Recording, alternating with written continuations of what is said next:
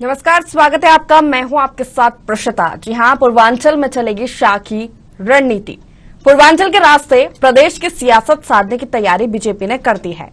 चुनावी रण में पीएम मोदी और अमित शाह उतर गए हैं। शुरुआत 12 नवंबर को गृह मंत्री अमित शाह के वाराणसी दौरे से हो रही है। बीजेपी ने अपनी रणनीति लगभग तैयार कर ली है। कैसे चुनाव मैदान में उतरना है, लेकिन बाकी पार्टियों की क्या तैयारी है, आज इसी मुद्दे पर चर्चा करेंगे। लेकिन उससे पहले ये रिपोर्ट।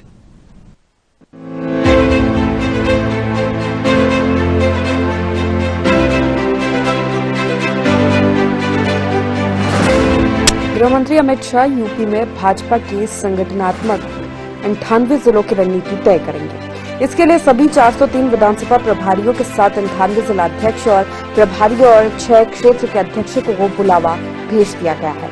सभी पदाधिकारी 11 नवंबर की रात तक वाराणसी पहुंच जाएंगे। विधानसभा चुनाव से पहले अपनी रणनीति तैयार करने में जुटी भाजपा की अहम बैठक गृह मंत्री अमित शाह की मौजूदगी में है। इसमें 12 नवंबर की दोपहर 12 बजे से चुनाव प्रबंधन टीम की बैठक हस्तकला संकुल में शुरू होगी। इसमें 600 से ज्यादा पदाधिकारी शामिल रहेंगे और यहां अलग अलग चरणों में पार्टी का शीर्ष नेतृत्व चर्चा करेगा। प्रदेश में 300 पार का नारा लेकर चुनावी अभियान की शुरुआत में जुटी भाजपा पूर्वांचल से ही अपनी रणनीति बनाएगी। कारण करीब 33% सीटों पर भाजपा का प्रदर्शन वर्ष 2017 में बेहद शानदार रहा था। ऐसे में पूर्वांचल की छोटी छोटी जातियों को एकजुट करने के साथ ही सरकार की योजनाओं को चुनावी मुद्दा बनाने के लिए पार्टी स्तर पर योजना बनाई जाएगी। दरअसल अमित शाह को चुनाव प्रबंधन का माहिर खिलाड़ी माना जाता है। ऐसे में बनने वाली रणनीति काफी खास मानी जा रही है। चुनाव प्रबंधन टीम की बैठक के बाद अमित शाह चुनाव प्रबंधन समिति के मुखिया और केंद्रीय मंत्री धर्मेंद्र प्रधान, मुख्यमंत्री योगी आदित्यनाथ, प्रदेश अध्यक्ष स्वतंत्र देव सिंह, महामंत्री संगठन सुनील बंसल, सह प्रभारी और क्षेत्रीय अध्यक्षों के साथ अलग से भी बैठक करेंगे। इसके साथ ही एक अहम बैठक लंका स्थित अमेठी कोठी में होगी। इसमें विधायकों के भाग्य का फैसला किया जाएगा।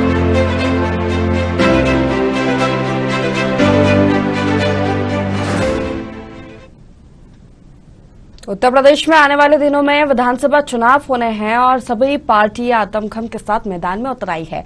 वह बीजेपी की बात करें तो लगातार बैठकें लेंगे। पूर्वांचल को साधना है। शुरुआत वाराणसी से होगी। अमित शाह 12 नवंबर से लगातार पदाधिकारियों की बैठकें लेंगे। क्या रणनीति होगी चुनाव की, इस पर चर्चा की जाएगी। इसी मुद्दे पर चर्चा हमारे साथ खास मेहमान जुड़ रहे। सबसे पहले आपका परिचय करा देते हैं। अवधेश प्रताप सिंह बीजेपी वरिष्ठ नेता है। मोहम्मद जमशेद अहमद सपा से हमारे साथ जुड़ गए हैं और कांग्रेस से विशाल लोधी राजपूत। आप तीनों का ही बहुत बहुत स्वागत करती हूं मैं हमारे इस खास चर्चा में। सबसे पहले अवधेश जी के पास आना चाहूंगी। अवधेश जी, चुनाव जीतना है उत्तर प्रदेश का तो पूर्वांचल को साधना जरूरी है। 2017 के परिणाम को और बेहतर करने की तैयारी है तो अमित शाह ने कमान संभाल ली है। जी अवधेश जी, अब 2021 का जो चुनाव होगा जी, वो बहुत ही महत्वपूर्ण चुनाव है जी, और उसके लिए अभी से नहीं, हमारी पार्टी जो है बहुत पहले से जुटी हुई है जी, और सभी कार्यकर्ता घर घर जा करके वोट मांग रहे हैं और जनता पूर्णतया भारतीय जनता पार्टी के पक्ष में है। हम सब लोगों की चुनाव की पूरी तैयारी है और जब जब चुनाव होता है हम सब लोग अपनी तैयारी करते हैं, सभी पार्टियां करती हैं और उसी का ये ऐसा कहा जा रहा है कि पूर्वांचल में अमित शाह की रणनीति पर काम होगा। जिस तरह से 12 नवंबर वाराणसी वो पहुंच रहे हैं, 403 विधानसभा पदाधिकारियों के साथ वो लगातार बैठक करेंगे, शीर्ष नेतृत्व के साथ चर्चा करेंगे और आगे क्या रणनीति होगी बीजेपी की वो तय की जाएगी। तो पूर्वांचल में अमित शाह की रणनीति पर चुनाव लड़ा जाएगा। अमित जी की रणनीति पे तो चुनाव बराबर लड़ा जा रहा है। वो राष्ट्रीय अध्यक्ष रहे हैं, गृह मंत्री हैं जी, अच्छे रणनीतिकार हैं जी, और जो भी जितने भी कार्यकर्ता छोटे से लेकर के बूथ अध्यक्ष से लेकर के बूथ की जो समितियों के सदस्य हैं उनसे लेकर के जी और मोदी जी तक तमाम नेता इसमें लगे हुए हैं। और अमित शाह जी की तो रणनीति है ही है। वो तो आपने देखा, 14 देखा, 17 देखा, अब 21 देखेंगे, 19 देखा, तो रणनीति तो उनकी है ही है। उन्हीं के आदेशानुसार सभी कार्यकर्ता काम करेंगे। जो पार्टी की रणनीति है वो उन लोग तय करेंगे, उसी के आधार पर काम होगा। तो जन समर्थन बीजेपी के साथ है पूर्वांचल में जी, जन समर्थन बीजेपी के साथ है पूर्वांचल में भी। बीजेपी के साथ पूर्वांचल नहीं, पूरे देश का समर्थन बीजेपी के साथ है। आप देख रहे हैं निरंतर पूरे देश में हर जगह बीजेपी बढ़ रही है, हर जगह बढ़ रही है जी। जनता ने पूरा साथ दिया ना होता तो 14 में 283 सीटें हमारी आई, गठबंधन की हमारी 350 सीटें थी जी। और 17 में आपने देखा 225 सीटें हम लोगों ने जीता। तो जनता तो पूरे देश के अंदर है ना, देश बचेगा तभी तो हम सब लोग बचेंगे, तभी तो जनता बचेगी। तो ये तो पूरे देश में जनता साथ है और सभी चुनाव बारी बारी से जीत रहे हैं और जिसमें सबकी रणनीति है उसमें प्रदेश अध्यक्ष जी की है, मुख्यमंत्री जी की है, अमित शाह जी की है। अब वो सबसे हमारे अच्छे लीडर हैं और उन्हीं की रणनीति पे पूरा काम हो रहा है सब। तो ये तो चुनाव हम सब लोगों को लड़ना है, सरकार बनानी है और जनता पूरा समर्थन दे रही है। तो ये सब है तो रणनीति सब नेताओं की ही। जी चलिए, कांग्रेस से हमारे साथ विशाल लोधी जुड़े हुए, उनका रुख कर लेते हो। विशाल जी, अवधेश जी का कहना है कि जन समर्थन बीजेपी के साथ है और सभी की रणनीति से काम हो रहा है। देखिए, जहां तक भारतीय जनता पार्टी का सवाल है तो आप खुद देखिए, क्योंकि देश के गृह मंत्री हैं, प्रदेश में दौरा कर रहे हैं, अच्छी बात है। और क्योंकि चुनाव का डर है, कहीं ना कहीं आज उत्तर प्रदेश की जनता उत्तर देने के लिए खड़ी हुई है और देश के गृह मंत्री हैं तो आंतरिक सुरक्षा के नाते भी इनको इनकी जिम्मेदारी बनती है। मगर दुख तब होता है कि जब प्रयागराज में निषादों की नाव तोड़ी जा रही होती है, उब्बा में आदिवासियों पे गोली चलाई जा रही होती है, लखीमपुर में इनके ही मंत्री वहाँ पे किसानों पे गाड़ियां चढ़ाते उनको रौंदते हुए निकल जाते हैं, कासगंज में सुबोध कुमार सिंह की हत्या हो जाती है। तो आप खुद देखिए, पूरे प्रदेश में आज जंगल राज कायम हो चुका है। कहीं ना कहीं ये लोग तब क्यों नहीं जाते हैं भारतीय जनता पार्टी के लोग, जब उत्तर प्रदेश का आम जनमानस को इन्हीं के पुलिस या विभाग द्वारा या इनके ही नेताओं द्वारा उसको परेशान किया जाता है, उसको प्रताड़ित किया जाता है। तो अब चुनावी मौसम में आए हैं, दौरा है और जनता इनको दौरे याद दिलाएगी। क्योंकि आप खुद देखिए, पूरा उत्तर प्रदेश जहाँ पे 20,000 से ज्यादा हत्याएं हो चुकी हैं, 18,000 से ज्यादा दुष्कर्म हो चुके हैं और सत्ता जो होती है ये जन कल्याण के लिए होती है, जन को कल्याण पहुंचाने के लिए होती है। और दूसरी जगह जो चाहे आज उत्तर प्रदेश के मुख्यमंत्री महंत योगी आदित्यनाथ जी हों, जब भी अपने गृह जनपद जाते हैं वहाँ पे हत्याएं और अपहरण के दौर शुरू हो जाते हैं। इसी लखनऊ में आपने देखा होगा विवेक तिवारी की हत्या की गई, गोरखपुर में मनीष गुप्ता की हुई। तो ऐसी बहुत लंबी एक लिस्ट है, ठीक है। तो कुल मिला के आज भारतीय जनता पार्टी, चाहे वो किसान का मुद्दा हो, चाहे नौजवान का मुद्दा हो, चाहे महिलाओं की सुरक्षा का मुद्दा हो, व्यापारियों की सुरक्षा का मुद्दा हो, तो आज कहीं ना कहीं भारतीय जनता पार्टी सबसे पिछले पायदान पे खड़ी है। और जो गुरूर है कि सत्ता में ये इनको मौका मिला, तो जनता है, जनमत है, जनता ने इनको अपना जनमत दिया। आज उसी जनमत पर का ये लोग गलत फायदा उठा के आज पूरा प्रदेश। विशाल जी, मैं आपको यहाँ पर रोकना चाहूंगी और मैं आप तीनों से ही समय लेना चाहूंगी। एक बड़ी प्रेस कॉन्फ्रेंस आ रही है चिकित्सा शिक्षा मंत्री विश्वास सारंग की। नेहरू अग्निकांड में जो घटना हुई है उस पर उन्होंने प्रेस कॉन्फ्रेंस की और तथ्य रखे हैं पूरी घटना के। रुक कर लेते हैं वापस मुद्दे की और। हमारे साथ तीनों मेहमान जुड़े हुए, अवधेश प्रताप सिंह, मोहम्मद जमशेद और विशाल लोधी। विशाल जी, मैं आपके पास आना चाहूंगी, आप अपनी बात पूरी कर लीजिए। अमित शाह जी के दौरे की तो आप खुद देखिए, ये पर्यटन करता लोग हैं, सिर्फ उत्तर प्रदेश में पर्यटन करने आए हैं, घूमेंगे फिरेंगे चले जाएंगे। क्योंकि अभी भी पिछला आप इतिहास उठा के देख लीजिए, यदि कोई भी पीड़िता है उसको आज भी न्याय नहीं मिला है। आज भी इनके जो मिनिस्टर हैं वो खुले घूम रहे हैं, मंचों पे सम्मानित होते हुए भी दिखते हैं। तो कुल मिला के ये लोग खुद क्या कहते हैं, विवाद के घेरे में है। और आज चाहे महिला तो सुरक्षित है नहीं, युवा जब अपने हक के लिए, अपने हुकूक के लिए रोडों पे आता है, अभी शिक्षक भर्ती को देखिए तो ये लोग उनकी सत्ता के द्वारा उन पर लाठी चलाने का काम किया जाता है। चलिए, कांग्रेस की क्या रणनीति होगी पूर्वांचल के लिए? देखिए, पूर्वांचल के लिए कांग्रेस पार्टी हरदम वरीयता में रहा है। चाहे पूर्वांचल में जो भी विकास हुआ हो, चाहे नहरों का विकास हुआ हो, चाहे झीलों का विकास हुआ हो, चाहे रोडों का विकास हुआ हो, चाहे कारखाने का विकास हुआ हो, जितने भी थे वो कांग्रेस के ही कार्यकाल में किए गए थे। और आज वो विकास की डोर पूर्ण रूप से टूट गई है। आज खुद देखिए, पूर्वांचल जो है वो सबसे निचले पायदान पे जाके खड़ा हो चुका है। आज भी पूर्वांचल उसी बाढ़ग्रस्त से पीड़ित है जो आज से 30 साल पहले हुआ करता था। तो कहीं ना कहीं पूर्वांचल की जनता को भला चुनाव लड़के वहां को बहलाने, फुसलाने, उनको लुभाने का काम भला किया गया है, मगर धरातल पे आज भी पूर्वांचल के लिए कोई काम नहीं है। और पूर्वांचल में हमने 2 रैलियां, हमने बनारस की रैली की, वहां पे जो हमने प्रतिज्ञाएं ली हैं उसके लिए वचनबद्ध है, उसको हम लोग पूरा करेंगे। और गोरखपुर में भी जो रैली हुई वो ऐतिहासिक रैली थी और वहां की जो आम जनमानस था उसने अपार समर्थन देकर ये सिद्ध कर दिया कि उत्तर प्रदेश की जनता वो मूड बना चुकी है, उसी विकास की राह पे, उसी विकास की डोर को फिर से पकड़ना चाहती है जो पिछले कई दशकों से छूट गया था। और कहीं ना कहीं देखिएगा यही उत्तर प्रदेश जो है भारतीय जनता पार्टी और इन जुमलेबाज लोगों को, झूठ बोलने वाले लोगों को जवाब देने के लिए तैयार है। और माननीय और हमारी जो नेता माननीय प्रियंका गांधी के नेतृत्व में 2022 में चुनाव पूर्ण बहुमत के साथ कांग्रेस पार्टी जीतने जा रही है। जमशेद जी, जो भी विकास हुआ पूर्वांचल में कांग्रेस के शासन काल में हुआ, इस तरह विशाल जी का कहना है। सपा की क्या रणनीति होगी, आपसे जान लेती हूँ। देखिए, पूर्वांचल में जो विकास हुआ है वो समाजवादी पार्टी की सरकार में हुआ है। आज जो पूर्वांचल एक्सप्रेसवे जो बन रहा है और बन के जो तैयार हुआ है, राष्ट्रीय अध्यक्ष अखिलेश यादव जी की देन है। पूर्वांचल में तो भाजपा ने या कांग्रेस ने तो कभी कुछ किया ही नहीं। और भाजपा के लोग जो बनारस से शुरू करने जा रहे हैं, गंगा मैया को धोखा देने वाले और पूर्वांचल को धोखा देने वाले, वो गंगा मैया में डुबकी लगाएं और अपनी गलती की माफी मांगे, शायद गंगा मैया उनको माफ कर दें।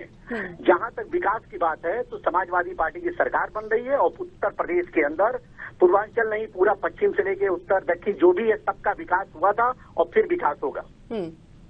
और जहां तक कि अभी जो भाई साहब कह रहे थे भाजपा के कि जो वहां पे उन्होंने इतना काम कर दिया और क्या कर दिया, टोक्यो बनाने की बात किया था। मैं कुछ दिन पहले भी बनारस गया था। बनारस को देखने के बाद तो इतना बुरा हाल है बनारस का। और फिर गंगा मैया में जब गंगा मैया के लालों की लाश तैर रही थी तो अमित शाह जी क्यों नहीं चले गए थे जरा गंगा मैया का दर्शन करने के लिए। जिस तरीके से इन्होंने कोरोना काल में उत्तर प्रदेश की जनता को रोड पे ला करके छोड़ा था, उस समय इनको जरूरत थी पूर्वांचल में जाने का कि किसके घर में क्या चूल्हा जल रहा कि नहीं जल रहा। आज तो चुनाव का माहौल है और गृह मंत्री हैं, कहीं भी जाएंगे झूठे वादे करेंगे, वादा तो इनको पूरा करना नहीं है। दूसरी बात, ये झूठों की सरकार है और ये सरकार केवल झूठ पे बनी थी, मगर जनता के अंदर इनकी पोल खुल चुकी है। आने वाले समय में 2022 में इनको मुंह की खानी है, इसलिए मुंह छिपाने के लिए अब ये जो झूठे जो भी अपना कार्यक्रम बना करके जा रहे हैं। सपा की क्या तैयारी है, सपा की क्या रणनीति है? सपा की रणनीति पूरी तैयारी है। हम लोग समाजवादी पार्टी 22 में बहुमत की हमारी सरकार बनेगी। और फिर आप देखिएगा जिस तरीके से 12 से लेकर 17 में जिस तरीके से हमारी सरकार ने जो यहाँ पे विकास का काम किया वो किसी से छिपा नहीं है। योगी जी ने तो केवल 4 साल तक समाजवादी पार्टी के काम का फीता काटा उन्होंने और नाम बदलने का काम किया। इन्होंने काम ही कहाँ किया है। चलिए ठीक है, अवधेश जी से जान लेते हैं। अवधेश जी, जिस तरह सपा की सरकार है, विपक्ष में भी देखिए 3 लोगों को शायद हो सकता है जगह मिल जाए। चलिए अवधेश जी, आपने सवाल रखे, आपने कई बातें कही है कि सपा के शासनकाल में विकास हुआ ना कांग्रेस ने कराया ना बीजेपी ने कराया, और पूर्वांचल एक्सप्रेसवे जिसका उद्घाटन, जिसका शिलान्यास होने वाला है, वो भी अखिलेश यादव की देन है। अवधेश जी क्या कहेंगे इस पर? देखिए, इन लोगों के पास केवल झूठे बातें करने के सिवा कुछ नहीं है। अगर इन्होंने विकास किया है तो ये 17 में चुनाव क्यों नहीं जीते? 17 में इनकी सीटें कितनी आई? और हमने 17 में जब चुनाव जीती और उसके बाद 19 में हमारी सीटें आई कि नहीं आई? सपा बसपा का गठबंधन था, उसके बाद भी 63 सीटें भाजपा ने जीती। तो ये तो जनता इनको निरंतर बता ही रही है और जो बचा कुचा है वो 22 में बता देगी। तो इस तरीके की कोर कल्पना की बातें करते ही रहते हैं। अब ये जो बना हुआ है पूर्वांचल एक्सप्रेसवे किसके शासनकाल में बना? तो ये जनता सब देख रही है ना। जितने भी कार्य हो रहे हैं, जो तमाम मेडिकल कॉलेज बन रहे हैं, तमाम शिक्षा के वो बन रहे हैं, सड़कें बन रही हैं, गाँव की सड़कें सुधार हो रही है, जो बहु बेटियां सड़क पे नहीं निकल सकती थी इनके शासनकाल में, वो सब निकल रही हैं। तो ये विकास नहीं तो क्या है? गांव में लोगों को, सबको, गरीबों लेकिन विशाल जी का तो कहना है कि जहां पर घटना होती है वहां तो बीजेपी पहुंच ही नहीं पाती है, सरकार पहुंच ही नहीं पाती है। कहाँ सरकार नहीं जाती? हर जगह सरकार जाती है, घटनाएं होती ही नहीं है। और जो होती है तो उसके लिए कानूनी प्रक्रिया है। हर कार्य में जो भी घटनाएं होती है उनको दंड मिलता है। अगर दंड नहीं मिलता तो इनके आजम खां कैसे हैं जेल में? अगर आजम खां ने वहाँ सब नहीं न किए होते, गरीबों को न सताते, गरीबों की FIR हुई, उनको न्याय मिल रहा है, इनके पास कोई जवाब है इस बात का? वो तो जनता देख रही है ना, इनसे क्या लेना देना? ये तो अपनी बातें कहेंगे ही। जनता बराबर समर्थन दे रही है। अभी ब्लॉक प्रमुख का चुनाव हुआ, जिला पंचायत कितने चुनाव हुए, जनता वोट दे रही और वो इनको सबक सिखा रही है। अब ये कहने के लिए अपना ये कुछ भी कहें कि कहीं कोई नहीं, कुछ नहीं, लेकिन अब इनका आरोप है, ये विपक्ष में है, ये आरोप लगाते रहेंगे। जनता सब मौन है, सब मूक दर्शक बन करके देख करके वोट देने के लिए तैयार बैठी है। और 22 में योगी जी की सरकार बहुत बम्पर सीटों के साथ बनेगी। और ये जो बता रहे हैं कि इस तरीके का, अरे इनके शासनकाल में आप देखिए लोगों को चलना मुश्किल था। आज कन्नौज में इनके खुद की जो राष्ट्रीय अध्यक्ष की पत्नी हार गई चुनाव। अगर जनता इतनी खुश थी तो क्यों हरवा दिया, और गठबंधन में हरवा दिया। आप देखिए दो पार्टी, मजबूत पार्टी, बड़ी पार्टियां चुनाव लड़ रही थी और जनता ने इनको हरा दिया। तो ये अब सब चलने वाला नहीं है। अब जनता काम देख रही है, जनता न्याय देख रही है, जनता सुरक्षा मांग रही है और सब एकदम निर्दोष है। लोग तो सुरक्षा पर वोट देने के लिए तैयार बैठे हैं। योगी जी का एक इतना शासन है, सख्त है कि लोग जो है आंख उठा करके नहीं देख सकते हैं। रोडों पे लोग चल रहे हैं, लड़कियां 12 बजे रात तक चल रही हैं, औरतें चल रही हैं, कहीं कोई है। लोग केवल राई का पर्वत बनाते हैं। ये घटना कहीं घट गई, उसको राई का पर्वत बनाते हैं। इनके शासन काल में तो इतनी ज्यादा अवैध वसूली होती थी, डकैती, चोरी, बलात्कार, कितना क्या क्या हुआ है। जनता उससे त्रस्त होकर के आज यहाँ पर है। इनकी तो 4 बार सरकार रही। चलिए विशाल जी से जवाब ले लेते। विशाल जी, इन्होंने अगर इतना अच्छा काम किया था तो ये क्यों नहीं आए? विशाल जी से जवाब ले लेते। जी बताइए। केवल हिंदू मुसलमान इंडिया जी विशाल जी, आपने अवधेश जी की बात सुनी होगी। नहीं, मैं उनकी आवाज बिल्कुल साफ नहीं आ रही थी और मैं समझ नहीं पा रहा था वो क्या बोल रहे हैं, मगर इतना पूरा भरोसा है जो भी बोल रहे होंगे भारतीय जनता पार्टी के प्रवक्ता है तो झूठी बोल रहे होंगे। जहां तक कांग्रेस पार्टी की बात है तो आपको इनका विकास तो गोरखपुर की गलियों में दिख रहा था। अभी बरसात के महीने में पूरा गोरखपुर भरा हुआ था और खुद कांग्रेस पार्टी के हमारे प्रदेश अध्यक्ष माननीय अजय कुमार लल्लू जी जब गए तो आधा शरीर उनका पानी में डूबा हुआ था। ये उस जगह की घटना है, ये शहर गोरखपुर शहर की बीच की घटना है। और मैं इनसे पूछना चाहता हूँ कि इनका कौन सा दबाव रहता है? हाँ, ये घटनाओं में नहीं जा पाते हैं, उसका कारण क्या होता है? चाहे वो हाथरस की घटना होती है, चाहे वो लखीमपुर की घटना होती है, चाहे वो लखीमपुर की घटना होती है, तो इन्हीं के लोग तो घटनाओं को अंजाम दे रहे होते हैं। भारतीय जनता पार्टी के ही नेता उस घटनाओं को अंजाम दे रहे होते हैं। हाँ, ये जाते हैं, उनको बचाने जाते हैं। पूरा प्रदेश जान चुका है कि भारतीय जनता पार्टी का दोहरा चरित्र है जो अब जनता के सामने जग जाहिर हो चुका है। और आप खुद देखिए, आज महंगाई चरम पे है। आदमी अपनी गाड़ी में तेल नहीं डलवा पा रहा है, अपने घर में सरसों का तेल नहीं खरीद पा रहा है, कोई किसी प्रकार की कोई भी सब्जी नहीं खा पा रहा है। तो कुल मिला के ये लोग कुछ जो चुनिंदा उद्योगपति हैं, कहीं ना कहीं उनपे उसका बहुत बड़ा दबाव है। उसी के कारण आज किसान इतने महीनों से दिल्ली के बॉर्डर में बैठा हुआ है।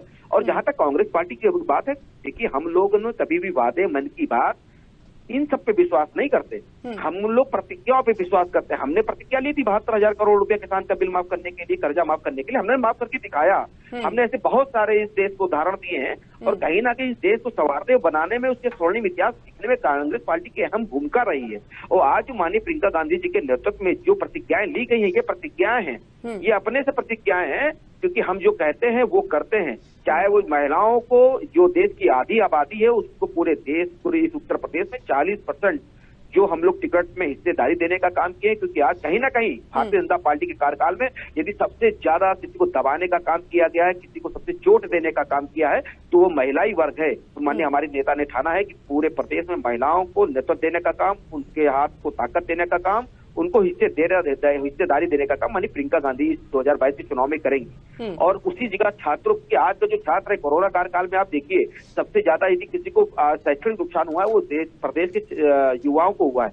उनके लिए स्मार्टफोन और स्कूटी की भी सुविधा की जा रही है। किसानों का पूरा कर्जा माफ, जो भी कर्जा होगा, क्योंकि एक बार हम पहले कर चुके हैं, इस बार भी करेंगे। और खुद देखिए किसान आज बहुत परेशान है क्योंकि उसकी फसलों का जो है उचित मूल्य नहीं मिल पा रहा है। तो 2500 रुपए प्रति क्विंटल गेहूं में, धान में, और 400 रुपए प्रति क्विंटल गन्ने की खरीद, जिस 450 का नाम लेके पूरे देश में सत्ता में आने का काम भारतीय जनता पार्टी ने किया और उसी झूठा साबित हो गया। इन्होंने किसानों को उसका उचित मूल्य नहीं दिया।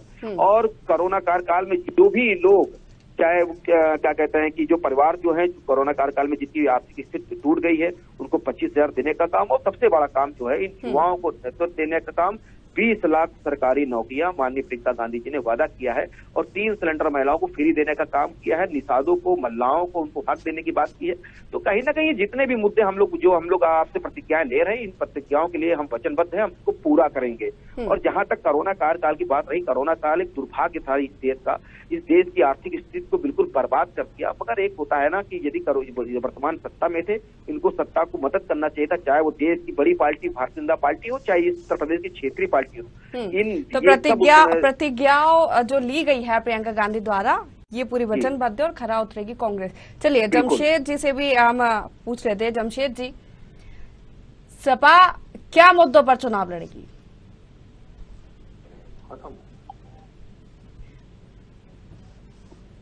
लगता है जमशेद जी से हमारा संपर्क टूट गया है। मैं अवधेश जी के पास आना चाहूंगी। अवधेश जी, विशाल जी की आपने तमाम बातें सुनी होंगी। उनका कहना है जो प्रतिज्ञा प्रियंका गांधी ने ली है, जो वादे उन्होंने किया है, उस पर खरा उतरेंगी, वचनबद्ध है वो प्रतिज्ञाओं की। ये बताया जाए कि ये जो 45 साल कौन सी प्रतिज्ञा कांग्रेस ले रही थी? अगर इस तरीके की जो प्रतिज्ञा यात्रा या प्रतिज्ञा हो, ये सब बकवास है और कांग्रेस का तो यहाँ कोई नामो निशान नहीं है। कांग्रेस का शासन लोगों ने देखा, कन्हैया कुमार जैसे इनकी पार्टी में प्रतिज्ञा ले रहे हैं कि भारत के टुकड़े टुकड़े होंगे, ऐसे इनके पास नेता हैं, तो इनकी प्रतिज्ञा तो पूरा देश देख रहा है, इनके लोग क्या प्रतिज्ञा ले रहे हैं। ठीक है, अभी राजस्थान में एक मारा गया, क्या वहाँ प्रियंका जी गई?